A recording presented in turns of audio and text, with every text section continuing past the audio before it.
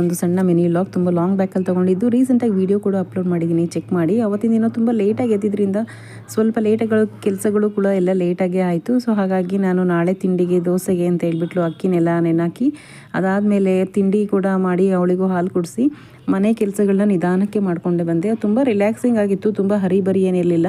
Late ಆದರೂ ಪರವಾಗಿಲ್ಲ, ಸಮಾಧಾನವಾಗಿ ನಮಗಿಷ್ಟ ಬಂದಂತೆ ದಿನಗಳನ್ನ ಕಳ್ಕೊಂಡು ನಾವೇನು ಪ್ರಿಯಾರಿಟಿ ತೊಗೊಂಡು ಕೆಲಸ ಮಾಡ್ಕೊತೀವೋ ತುಂಬ ಇಂಪಾರ್ಟೆಂಟ್ ಆಗುತ್ತೆ.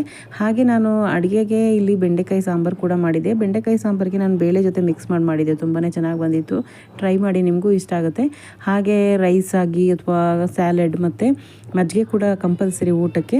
ಹಾಗೆ ಸ್ವಲ್ಪ ನೆನ್ನೆದು ಸ್ವಲ್ಪ ಚಪಾತಿ ಮಿಕ್ಕಿದ್ರಿಂದ ಅದನ್ನು ಪುಡಿ ಮಾಡಿ ನಾನು ಸ್ವೀಟ್ ಕೂಡ ಮಾಡಿದೆ. ಇದು ತುಂಬಾ ರುಚಿಯಾಗಿರುತ್ತೆ, ತುಂಬ ಟೇಸ್ಟಿಯಾಗಿರುತ್ತೆ. ಸೊ ಅದಾದಮೇಲೆ ಅಕ್ಕಿನೆಲ್ಲ ರುಬ್ಬಿಟ್ಟು ನಾನು ಸಂಜೆ 6 ಗಂಟೆ ಅಷ್ಟರಲ್ಲಿ ಮುದ್ದೆ ಎಲ್ಲ ಮಾಡಿ ಊಟ ಎಲ್ಲ ಮಾಡಿಕೊಂಡು ನೆಕ್ಸ್ಟ್ ಡೇಗೆ ದೋಸೆ ಕೂಡ ತಿಂಡಿ ಕೂಡ ಮಾಡಿದ್ದೆ.